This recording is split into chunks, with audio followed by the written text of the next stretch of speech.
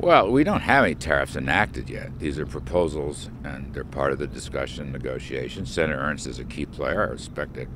She's probably raising good points. At the moment, let's see how it plays out. You know, don't forget, technically, both countries have just proposed tariffs. There's been nothing enacted. And I think that's an important point. And here in the U.S., you know, we're going to put it out for comment for a couple months.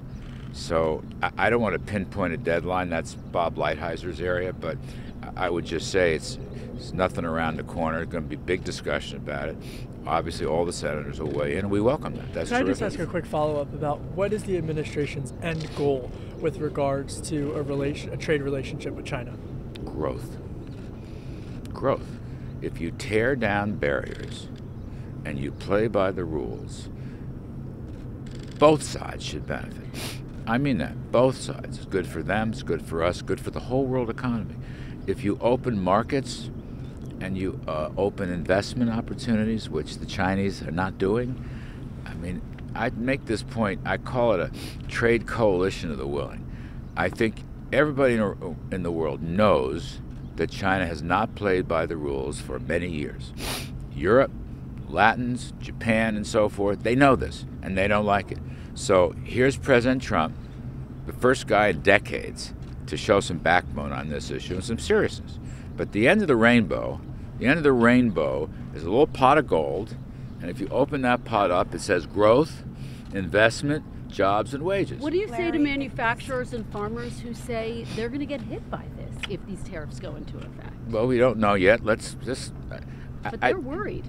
That's fine, and we're in conversation with them, all right? And it's all, I understand it's all part of the discussion, but let's not jump to worst-case conclusions. The intent of the president is to grow the American economy, not to hurt any of the sectors.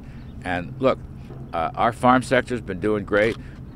China should give them more export opportunities. That's important. Same with NAFTA. So we're going to work and help them. We're here to help. This should not be viewed as strictly mano punitive damages, you know, that kind of thing. This got to be viewed in the context of economic growth, which is what this administration is all about.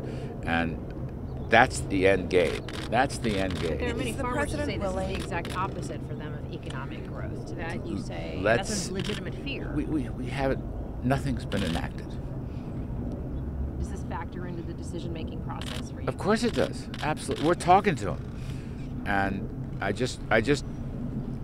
don't mean to be rude. I'm just saying I appreciate the concerns, absolutely, but give us some time to play this out.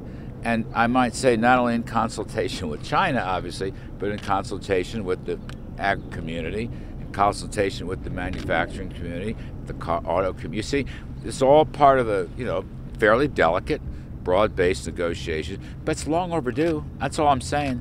We can fix this thing. It's going to have a great ending. Don't beat him up for trying to show some leadership. He didn't create this. China created this. Don't forget that. The damage to our economy comes from China's restrictive practices. I mean, my thought on that, blame China.